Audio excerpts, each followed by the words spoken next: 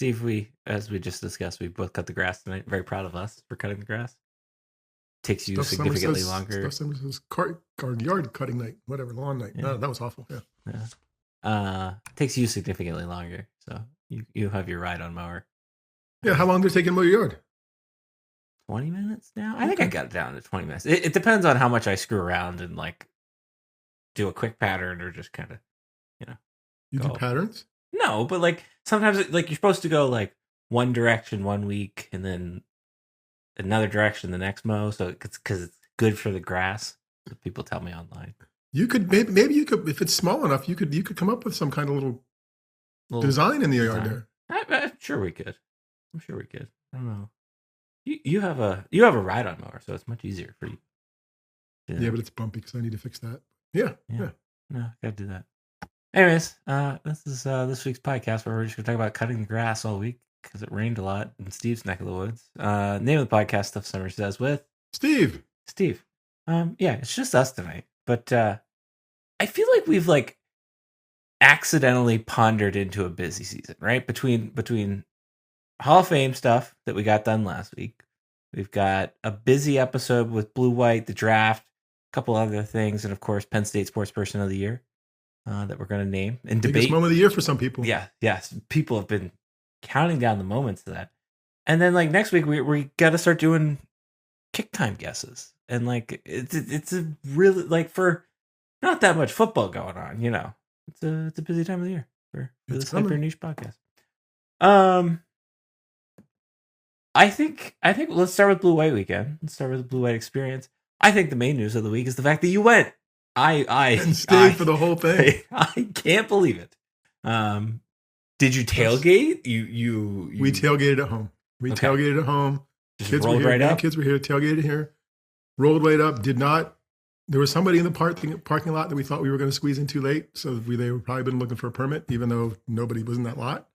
So we went to our normal lot and walked over and rolled right in at 12:10 maybe. Stopped and got a beverage. Yeah. Stopped and got a beverage. Walked up to looked up the top. Realized there were no beverage vendors up top. So walked back down, got a beverage, and grabbed a spot on the not on the railing. Remind me about on the railing before we end talking about the Blue White game. Caught a spot above like the portico or whatever where the people come out and hung out for the whole thing. It was good company with Russ. It was a good time. I am when you emailed or texted me on Saturday night and said, "Hey, I'll have a story for you." My jaw dropped. My jaw hit the floor. It seems like the experience, in part because of the rain, but also in part because of other not nature-made factors, dampened the experience. Is that a correct way of putting it? Yeah, and none of them, with the clear thought of a couple days, none of those factors, neither the rain nor the other factors, was unexpected. The forecast called for rain. It was going to be a practice, and you knew you were going into Beaver Stadium for the first time in a few months, so the presentation was going to be, like it was just, yeah. Where did it miss for you? Go ahead. I think when you have, I don't know, a couple thousand people there. I mean, that was it. People up under the overhangs on each side. And it's the first time they've seen the team. I mean, so many of the players are new. And it was nice that they had pictures of the players rotating on the scoreboard, like in their suit coats with their name and hometown and uniform number. It just felt that the 15th practice of the season, maybe they could have pulled some people off and done some interviews while it was happening. Because all they did was you just watch people practice. I mean, no discredit to Rodney and Joe, right? A couple times they're like, hey, in the northeast corner, this is who's practicing there and what they're doing. Hey, this is happening. But if you were down low where we were, and even if you were up high in the end zones on either side, you couldn't see the other end. And it's not like they focused on a wide angle to show you, oh, that's what's happening. Usually they were close-up shots. The biggest cheers were for the folks who were drafted because people had invested a couple seasons in seeing them and ostensibly knew who they were. There wasn't a large effort on Saturday, and I don't know how many of the people that were there Saturday read the pay sites, are more invested than me, and I'm sure many are. but that was an opportunity, and I don't think it would have been different if it were dry. I guess I'd feel differently if it were dry. Thought it was going to be different if it was dry and there were people there. I don't think it would have been different if it were dry and 40,000 people in there, that they were trying to help us to know the team or know what was going on or something. I mean, the on-field stuff, you couldn't see anything in the scoreboard, so go ahead and give me a pre-done interview with somebody, Rocco, if that's who it is, or the coach, anybody. That's all. I don't know. I was thinking about this. We didn't really talk about this, but you had said it last week at the podcast. Steve Jones and Jack didn't do a radio broadcast because what are they going to broadcast? And I had thought that maybe, and I don't know why I had thought this, but maybe Penn State would reach into the creative bag and almost have somewhat kind of like what they did for the outdoor game at intermission when they had the Spit and Chicklets guys do it. Obviously not to that level, and that's not what I'm. But having kind of, to your point, a little stage or a little like a little stage or a little like desk, kind of game day style desk on the field, and have a couple players run over or have somebody roving around on the field and saying, "Hey, what are you guys working on?" And you know, what's your message to the fans? It seems like that, and again, maybe it was the weather and I wasn't there, but it feels like things like that are low hanging fruit that add a little bit of value, and to your point, grow that recognition with the team. Because I think that's it seems like that's a little bit different in the Matt Campbell era than the James Franklin era, for sure. Like, it seems like it's much more approachable overall. But I think, to your point, this was the coming out party. This was the big celebration. This was like, hey, as they said after the game, we're Penn State. We are a team now. I think they should have. It sounds like they should have leaned into that more. Yeah, I mean, more approachable. This would have been their biggest stage for that approachability, and I don't understand all the factors, but I think I got a sense of many of the challenges you face. You don't have to do that desk on the field to make me happy. Stick it underneath in shades, undercover somewhere with people around you where you're seated, and go ahead and let Steve Jones narrate what's going on. Then you're really controlling your message. Then you're really saying, hey, here's what's going on. Here's what I've seen this spring. This is what's happening down there. It felt like there were opportunities. And then the scoring, right? There was a scoreboard. They kept score at some point. How did that work? I have no idea.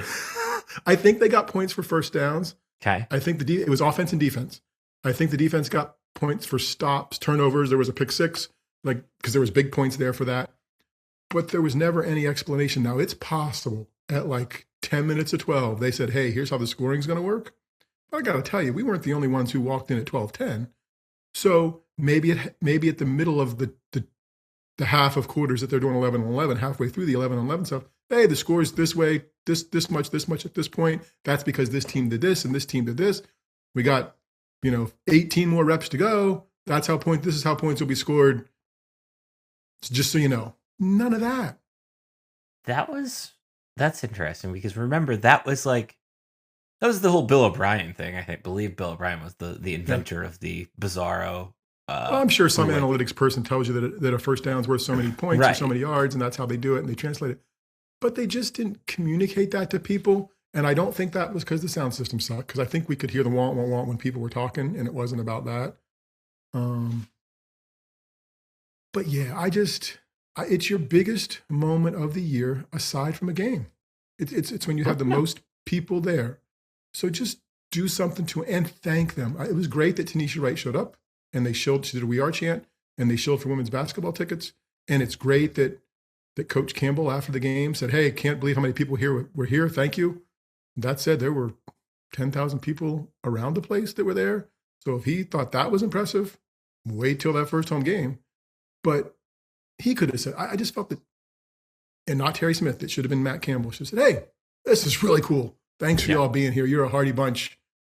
Sorry, it was just a practice. Or not even sorry, it's just a practice. Glad you got to see behind the scenes at one of our practices. What's going on? Glad we could do this for you.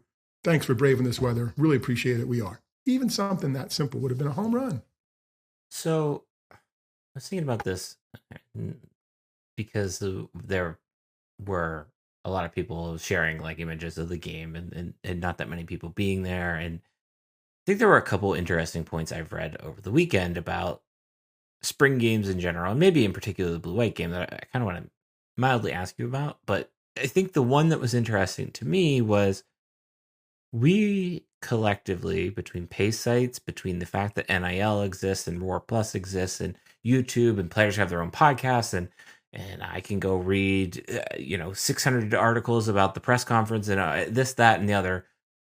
The portal's longer, the postseason's longer, the off season's longer.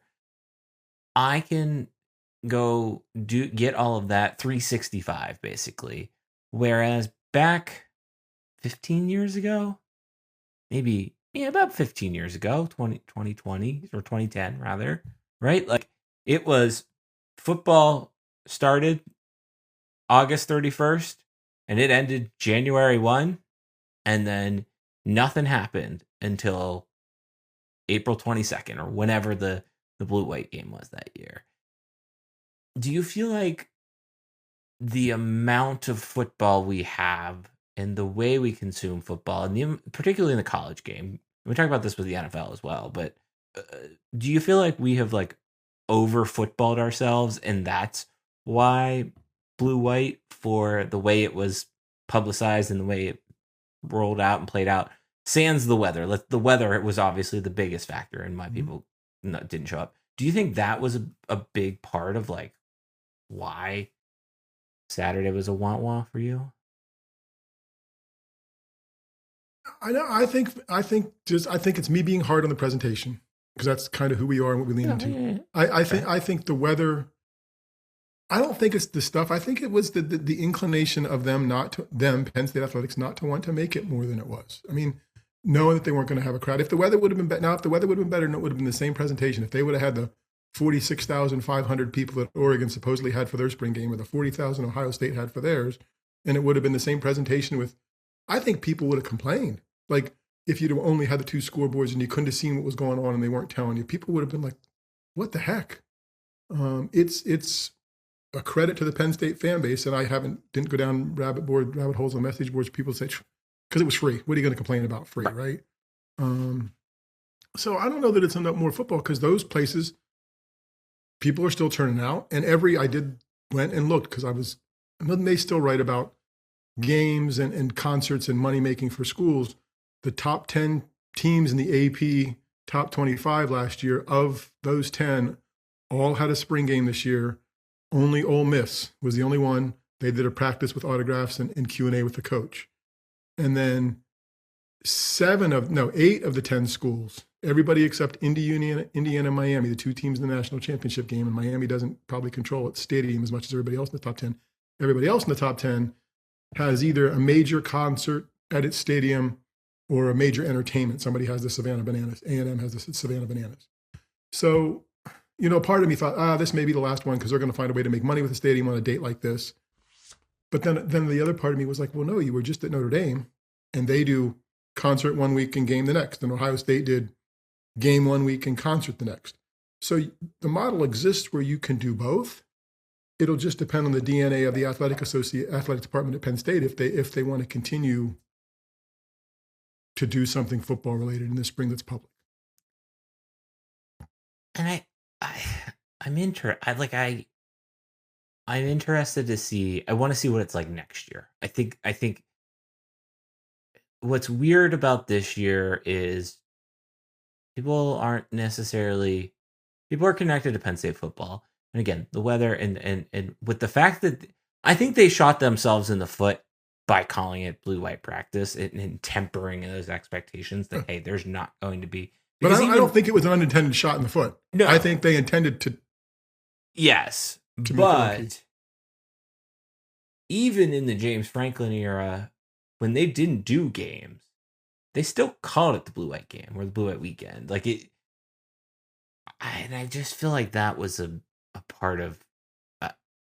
It surprised me with all the energy that does feel like coming out of the fact that Matt Campbell's here and there's a new era, and thinking about even like the year that Paul Jones came out onto the field and was that was one of the biggest moments ever in Penn State. Like it felt like it was one of the biggest moments ever, because it was like here's this quarterback that's allegedly going to save Penn State football, and which that never worked out. And that's what spring games exist for. But right, like, yeah. and I wonder if we're losing that because of the fact that we are so plugged into recruiting, into transfer portal, into all of this, that it's just like, this is another thing. And yeah, really I think we're losing it from another piece of football where we're not going to give stuff away, right? Like we're worried about not giving away your practice footage, right? God forbid. Although I think everybody has an agent that's any good and they're going to find a way to get there, whether somebody sneaks in and uses their cell phone or whether the game's on TV. Like I think that's a lame excuse. I think injuries is a lame excuse because some kid could blow out his knee crossing the street or on the scooter or playing, tag with friends in the backyard. Like those silly injuries are going to happen no matter what. So I think those are lame. If it doesn't continue or they do something different with it where they charge, I think just be honest. Hey, the model has changed for us, right? We can't give the tickets away. I know parking is paid for people who don't have season parking to come back for, but just be honest about this is what we're doing. New model, new era. We have to compete. We have to raise money. And I think that's fine. But even then, I just expected more. You're going to have a captive audience. You got a chance to tell a story for 3,500 people or 5,000. If that many people were in there, it's probably closer to maybe 3,500. I don't know what underneath sits. But you still have a chance to tell a captive audience a story. Why not tell them something as opposed to here's two things. Here's what's going on. We're going to try out the coach. Here's the draft pick. The draft picks thing was cool. Tanisha was timely and cool. They touted Lift for Life, which is July 1st. Glad to see that coming back with some attention and some intention and attention. It just felt like they're like, okay, we don't have to do this because it's practice. That's fair. West Virginia did a concert at one end of their field and the football practice at the other end of the field. Like, do you want some type of event like that? Maybe who was the band that only got half of Mountaineer Field? I don't know. No clue. Okay. But like, do you want some type of thing like that? Like what would? Because I think this is it's an important weekend, right? Like, you're not going to be able to do an outdoor hockey game every year. It's just not going to be a thing. Sure, the wrestling weekends are big, but like the wrestling weekends don't get. There's a good chance you can get 40,000 people on a good day inside Beaver Stadium for whatever, let alone football. Like, what do you want from the weekend or from the spring? I think there's 2 weekends. Summer.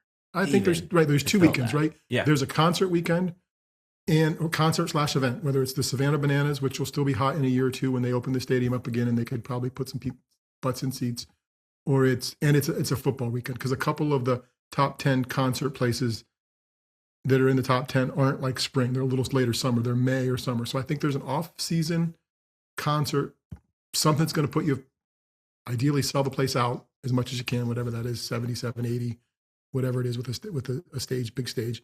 And I still think there's room for a spring football-centric sports celebration. Maybe you bring back legends. Maybe you do. I don't think an open practice was horrible, honestly. But the way they informed people about it was lazy. Like, they could have had somebody on the sideline saying, hey, this is what they're doing up here in this right corner of the drill. I'm a defensive lineman. This is what we're trying to do. This is what we're trying to accomplish. And show me the picture of the person. I don't need to see the whole drill from above. I don't need to see the whole field. Talk to me and let me know people. I think that doesn't have to be heavy lifting, and you can do that 15th practice there that way. You just need to inform people about what's going on and still treat it as an event. And then I still think you get 40,000 people. You do the autograph sessions. You've got the parking. You've sold the beer. If you want to charge $5 a head because by next summer, maybe the football coach's wife is the heir apparent to some charity or Special Olympics or whatever else, and that money goes there. Who knows? I think that would be enough for me. And there's a part of me saying enough for me, like I'm making work for people. But they do 7 football games in the fall, three back-to-back weeks. So they can get employees. They can get employees to staff these things. Then they can probably get them to staff them in the spring. So I don't feel like I'm making more work, and they aren't going to lose money on a concert depending on who it is. And there's, we've gone through those names before. There's a half dozen or so that'll sell out the stadium for them. I was thinking about the concert thing because I saw somebody was at Nebraska. It might even been Luke Combs, one of the bigger, or Luke Combs or Morgan Wallen, one of the bigger country guys going around right now. Somebody was at Nebraska recently, and I was like, man, for the what's the Little Nashville moniker that because of the way so many people in PA set up their store to start test their tour, I have to wonder if the same thing is going to happen with the stadium once the stadium renovation is complete. Like, I feel like we can list and rattle the names, but I feel like there are going to be so many, in particular, country concerts that are in that football stadium once it starts. And I think that's the obvious no brainer of, okay, like the whole reason we're doing this renovation is we want to use the stadium more often than 7, 8 weekends, 9 weekends a year. If you get a playoff game, let's find a way to do that. And I hope that I'm sure I'm sure they will, or otherwise it's fun. It's a malpractice. Failure. Yeah, right? It's a failure. Yeah. I mean, I'm sure they have a short list already. They should probably have a soft date or two for somebody already, realistically, and go from there because it will be a success. Okay. All right. Let's rewind to about 10 o'clock on Friday night in the Summers household where I was alone by myself.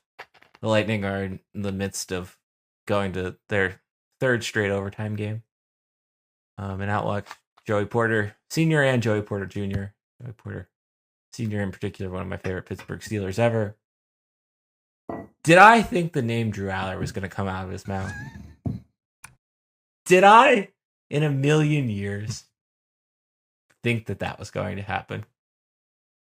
And then I went back and I was like, wait a second. There are text messages. This is a thing that I have said and put out into the universe up to at least a year ago. At least a year ago did I find text messages by me of the fact that Drew was going to be a Pittsburgh Steeler. Do I feel the same way as I did then? Did I do now? No. Am I fascinated? Am I interested? Am I excited? Yes. I think for me, as a Steeler fan, as a Penn State fan, I was so ready. Like, I've been so ready to put the Franklin era behind us. Like, I really have. Like, it as much as we have talked on it, we harped on him last week, right? Like, and maybe no bigger mascot for the end of the Franklin era was the Drew Allar experience and Drew in and of himself. And now, instead of watching him on Saturdays, I potentially have to watch him on Sundays. And I don't know that I'm excited and not excited. And like 12-year-old Darian would be pumped that the Penn State quarterback is the Steelers quarterback. 32-year-old Darian is a little frustrated, but will probably buy his jersey on a Chinese website. Okay. So. Okay. Well, 12-year-old. That'd have been that's about right. About 12-year-old Steve would have been excited for the Penn State quarterback because it probably would have been Chuck Fusina. Yeah. So that would have been okay. 50-something Steve is not as excited for Drew Allar. It would have been really cool if Allar would have got selected during the blue-white game to hear the reaction that the fan base would have had to that. Because realistic, Denai Dennis Sutton got the loudest cheer of the day, and all the other picks got cheered. It was late. We were here. Susan was asleep. I saw the pick, and we were staying up for like the last pick. I'm like, oh, good Lord God. So we went to bed, and I didn't even tell her. And then we woke up like, I don't know, 5 o'clock in the morning, whatever time old people get up. I'm like, guess what? You missed the draft last night. She's like, what? I'm like, Steelers made a pick. Yeah, I know. Who'd they pick? Drew Allar. There was like this pause, and I was like, really? So I don't know. I mean, for me, the only way it works, not the only way it works. I can see it working. The tools I can, but I would like them to kick Aaron Rodgers to the curb. Then, I mean, I think it's the Steelers' fault as much as Aaron Rodgers. There's no deal then because they haven't given him to this point. They haven't given him something to sign. Kick him to the curb. I'm ready to ride with Will Howard and Drew Allar.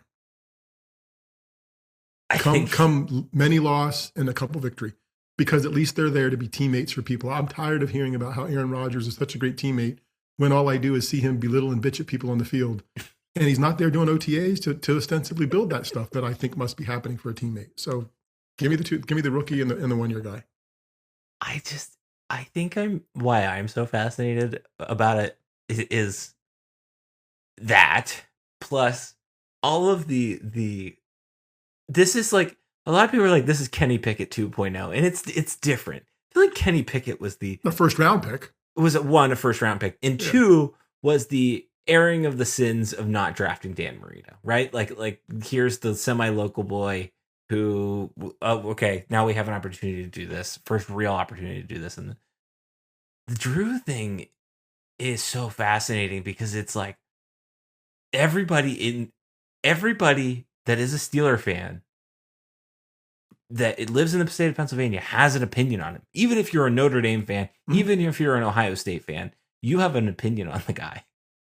When it comes to like Pickett, it was different because I think Pitt fans generally, I don't think Pitt fans like Drew.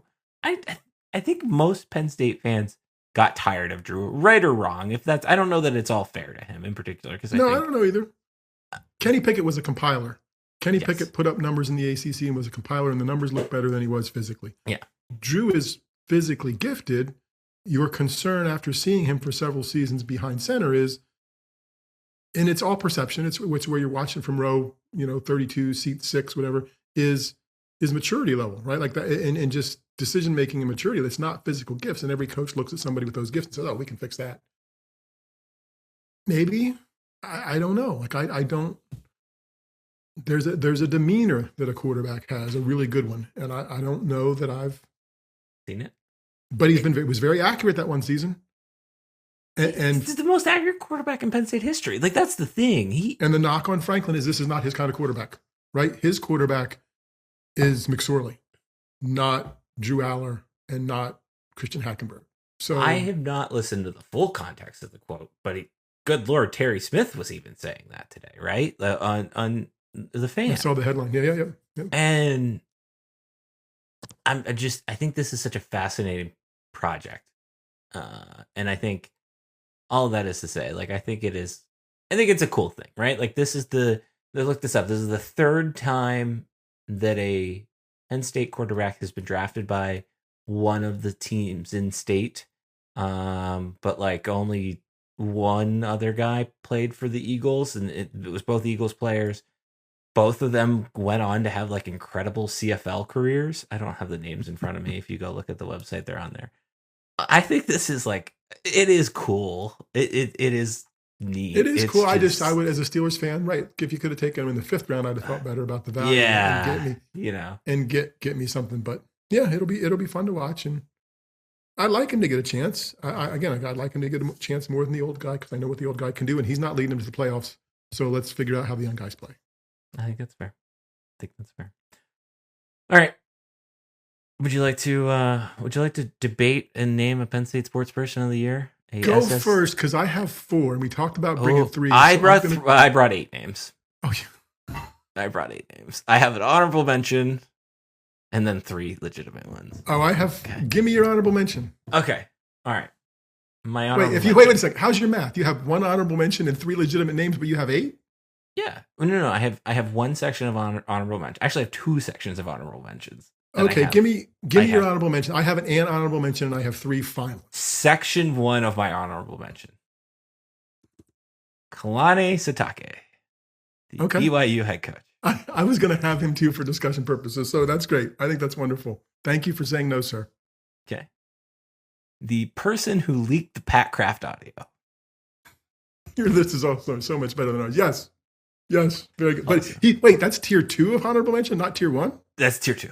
Okay, I can't wait for tier 1. This is going to be great. Those aren't as funny. Josh McCown. Do you know who Josh McGowan is? No, I should probably. But no. He is the Crumble Cookie CEO. Okay. Your list is so much better than mine. Did not give them a nod because I don't know that their contributions were broad enough yet. I do think the person who leaked the Pat Kraft audio, it could potentially work their way to the second list of names. Okay. Those are 3 strong names. Okay. Very good. Thank you. Very good. The second list of honorable mention, the actual honorable mention. Mitchell Messenbrink. I thought Yep. probably the right. He won the Hodge Yeah, Trophy. I don't have a wrestler on my list, but he probably should have been in my honorable mention. I Had I where had 5, he might have made the cut. sure. And where I struggled, right, like is like, what was his overall impact to Penn State sports? And not to take discredit, but it's just a factory over there out of Rec Hall. Like it really is. He didn't put any more butts in seats. He didn't do whatever. Yeah. He did have the coach wear a shirt for him, right? Wasn't he messing Sure. with the shirt wear? Yeah, I think so. And he sings as well. Yes, he We does. Like Yep. we like that. I wrote down this one, the Penn State grounds crew, simply for the only highlight of the 2025 football season, which was the bringing back of the tennis ball font into the end zone. Yeah. I thought that was a good impact, maybe at least a personal impact. So much better. Yep. This is a win. This is my last football related. Oh no, that's not true. This is my last football athlete, Katron Allen. Broke the single season or career rushing yard. I think it deserves at least at minimum an honorable mention. Okay, that's fair. I could understand, but particularly understand, especially the way he played in the second half of the season, right? Like, could understand the argument, but I don't know, all things considered, not necessarily his doing, but maybe the poster child for expectations and not getting those expectations and all of these other or things. It might have been his backfield mate that was that. Yeah. Well, and like, he turned a shitty situation into a good situation. So maybe. Okay, those are my honorable mentions. Would you like to give I have one honorable mention. Okay. Well, I think our finalists are going to be pretty much the same. My one honorable mention is Mark Pavlik. Pav would have should have, could have. Penn Staters ordinary things doing extraordinary things, which I'll steal till I go to my grave. Pav, friend of the show, making the NCAA tournament again this year. He would tell you the EIVA might not be the toughest path to the tournament himself, but they do it all the time, and he's the right guy at the right time. Mark Pavlik is my. Oh, and I thought of the name of the movie. What's the one with Jack Nicholson and Tom Cruise? You Can't Handle A Few Good Men. Yeah, right. Mark Pavlik is like my Marine. I feel safer because there's people like that. I want him on that wall. Yeah. I need him on that wall. I want a coach like that in college athletics. Pav is the reason there's only a 1 year wait for coaches into the Penn State Sports Hall of Fame, because we'll make sure he's got a straight path. No, I think that was another name that came to mind as well. But I think that's a good name. So is the football related person third on your list or first on your list, or second? Third on my list. I think he's third on mine too. Okay. We both agree on Terry Smith then. Correct. Yep. Third on our list. I think, had we done it at the end of the calendar year, he might have been first. Yes, correct. And this is the thing. We switched this in part, which was the right decision. We probably should have given Katie more credit than we did last year. Sorry, Katie. No, you're really upset about poor us. Darian battling cancer. Yeah. We're like, oh yeah, wah. Give me give it to the tight end. So Good we Lord. Gave it to the tight end. That being said, I think similar to Pav, and this is why I didn't pick Pav or Terry, right? There's a whole body of work that is not just 1 year. And not to say that other people, but like all of their contributions. And I do think with Terry Smith, to his credit, I was a little mad at Terry Smith, right? Like, the button thing annoyed me. I think we talked about the button ad nauseum when it happened. I don't know that now, knowing what we know, that was all Terry in and of himself. But that's not why. But I think the way he stepped up, the way he's been a Penn Stater through and through, the way he said, "Look, I could go somewhere else, anywhere else in the country right now." He could have been a college football head coach somewhere else at a MAC school. No problem. No, I want to stay and I want to help this next guy because I love Penn State. Like, I think that was what Penn State was missing.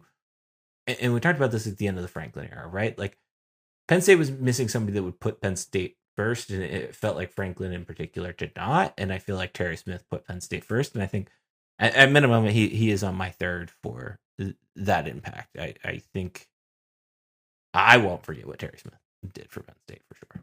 Right, I agree wholeheartedly. I do think he had to know, as I think most level-headed people outside knew, that he wasn't going to get the job. Like, it was nice Right. that they said, "Oh yeah, he's going to get the job. He's going to get consideration." The internal guy, that just never happens unless it's Ole Miss and you're stuck and you want to make a statement that you're. So even in the face of that, knowing that, saying, "This is my family. This is what it means to my family to have been here," and it was sincere and it was honest and it was transparent. All the things that just stand there and tell the truth seems to work was nice to see. I think that was the other thing. He was the first. I mean, Pat Kraft felt honest when he cried about Drew. That felt honest. Thought that was a really good moment. I was looking back through. I went back through like all of our coverage from the last year, right? And I thought that was like one of the moments of the year that will stick out to me. But when Terry broke down about his dad and his dad getting an education at Penn State and how he leveraged that into his own education at Penn State and how he's generating this new generation of Penn Staters, thought that was one of the best moments that I think maybe more than the wins and winning a couple football games down the stretch and getting to bowl eligibility. That I think Penn State needed that more. Yeah, no, it was more than the performance on the field. It was the performance of the person. I mean, for me, in my DNA, my Penn State DNA is, hey, we win 7 games a year. No, I mean, 7 people would lose their rockers, but before the past 10 years, if we win 7 games a year and we're doing it the right way, and every 3 or 4 years they go to a bowl game, that's my Penn State. We're graduating kids, we're doing it the right way, and that was clearly in Terry's DNA. So that's why he's on my list. All right, your one and two people. Here, can we play like it? Like what's the go ahead? Because you just said a whole body of work as opposed to a season. So I'm curious about how you're going to parse this. So go ahead. You can write your show. You ask me how you want to ask, or do it how you want to do it. Do the people on your 1 and 2 spots play or relate to the same sport?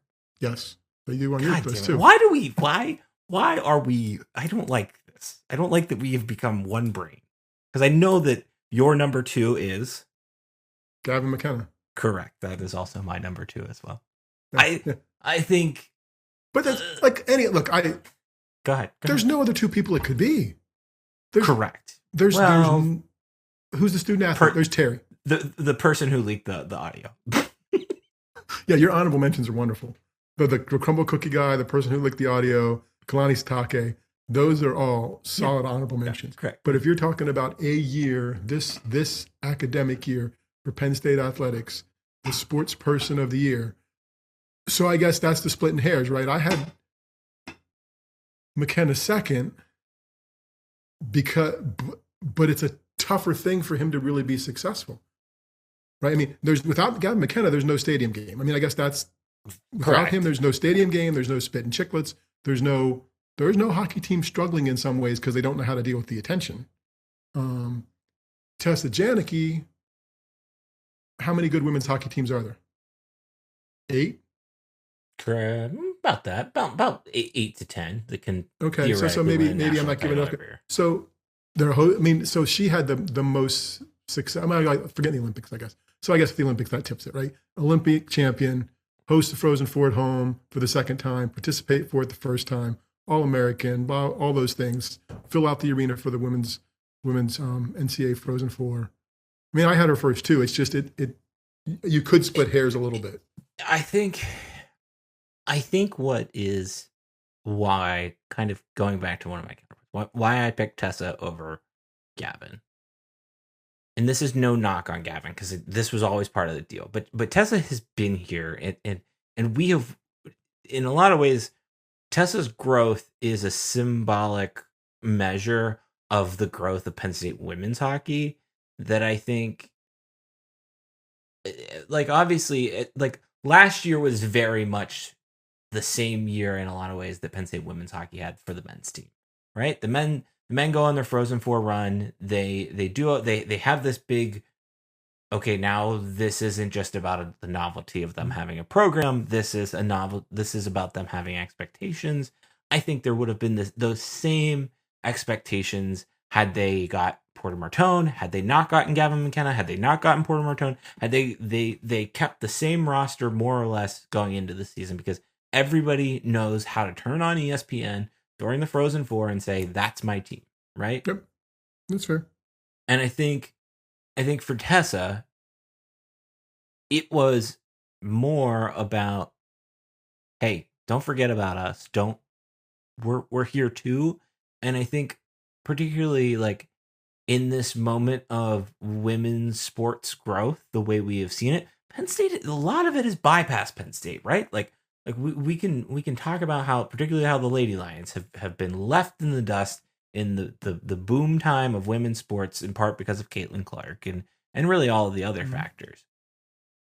Like this felt like the first big women's sports, maybe besides the women's volleyball team, right? Like, but again, that's kind of the same consistency you've come used to of with the women's hockey team and with Tessa in particular. It's a moment of growth, not just for her, but it's a moment of growth for the program that people have been kind of waiting for. Not waiting for, but happened that feels good that it happened. I think would be the best. Yeah, no, I think so. I think it was, and again, the Olympics, the cohesion of all those things coming together in one year. Well, maybe not on as big a stage as the men. I still think she's the person, right? She's the person, the team. She had them on their back. She was the face of the women's program. She was the Olympian. So yeah, I think for me, it was an easy. What's interesting to me, I think, is I guess Katron, right, was the next athlete on your list. Well, Gavin. After Coach Gavin. No, I'm saying after hockey. If we throw surprisingly throw out hockey, there's a football player, but the gap from Gavin and Tessa to the next person, even though Katron set the rushing record, that gap feels big to massive. Me in terms of year for this year for a sports person. Just because neither of the basketballs felt super relevant. Baseball struggled. Women's soccer didn't have the year it has, and they have athletes who are sometimes of that caliber. But yeah, I think it's interesting that they're both hockey. Forget the shared brain group think of it, and I don't think that's necessarily it because God, your honorable mentions are awesome. But this was a hockey year for Penn State athletics. It was. And I think about this. I think about that in particular. You mentioned two things there. Basketball's going like they were. I don't know that there was a season where either men's or women's program was more irrelevant than they were this season, right? Like they didn't. Not even the usual crew of beat writers made the same buzz of any buzz. Because you couldn't. Because there was nothing to. Yep. Then you had football. That football had been an off story or a bad story or a negative story, and not that we can't give this award to a negative thing, but in a lot of ways, like it had been. It created this void that we all thought we were going to have filled from August whatever until the until MLK Day for the national championship, right? There was that void from October 3rd or 6th or whatever day the UCLA was all the way to that point that needed to be filled. And Gavin McKenna, the same weekend, fills that in.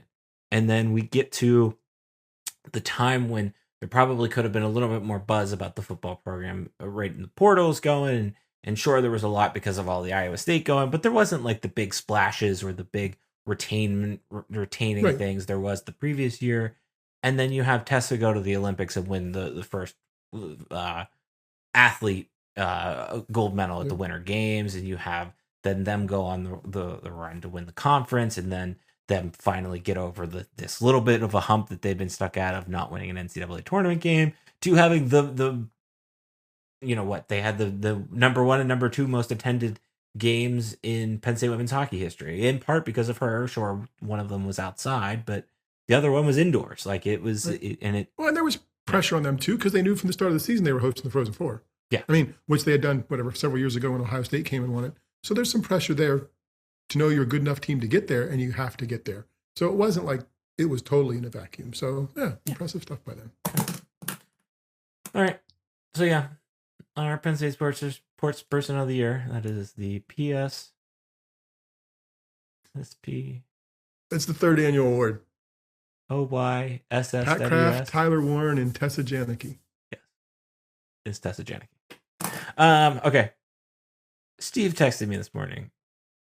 I'm not going to read the text, but Steve was fired up about how people take selfies. Just the preponderance of them too. Like, especially when you're on a college campus, like a college student, more often than not, a female college student, cannot make it from one destination to the next without leaning her head into her phone and turning her head and smooching her lips up and raising her eyebrows. And good Lord, child, just walk to class. Like we were at a concert. Back in my day. Exactly, back in my day. We were at a concert a couple of years ago in Cheyenne, Wyoming, and at the rodeo, Frontier Days, but there's a concert coming. And we're like 4 seats in from the end, and these 2 girls are getting on the end of the row, and they're turned with the stage behind them. Darian, they shot more photos than I've seen at 2 weddings of themselves, selfies and looks and poses and whatever else. And then these people wandered in, and these chicks were just standing in these people's seats taking selfies because it was the best backdrop to see the stage. I mean, they left nicely, but and I said to the people that got there, I said, I don't know if you got the memo or not, but you need to do a couple hundred selfies before you sit down. Like, I don't understand. For the life of me, I don't understand what validation they're getting, what thing they're keeping up, what look they're checking out of themselves. I don't know. It's just interesting. And my text was, every time a bell rings, an angel gets its wings. And every time some college co-ed is walking down the street, why are you laughing?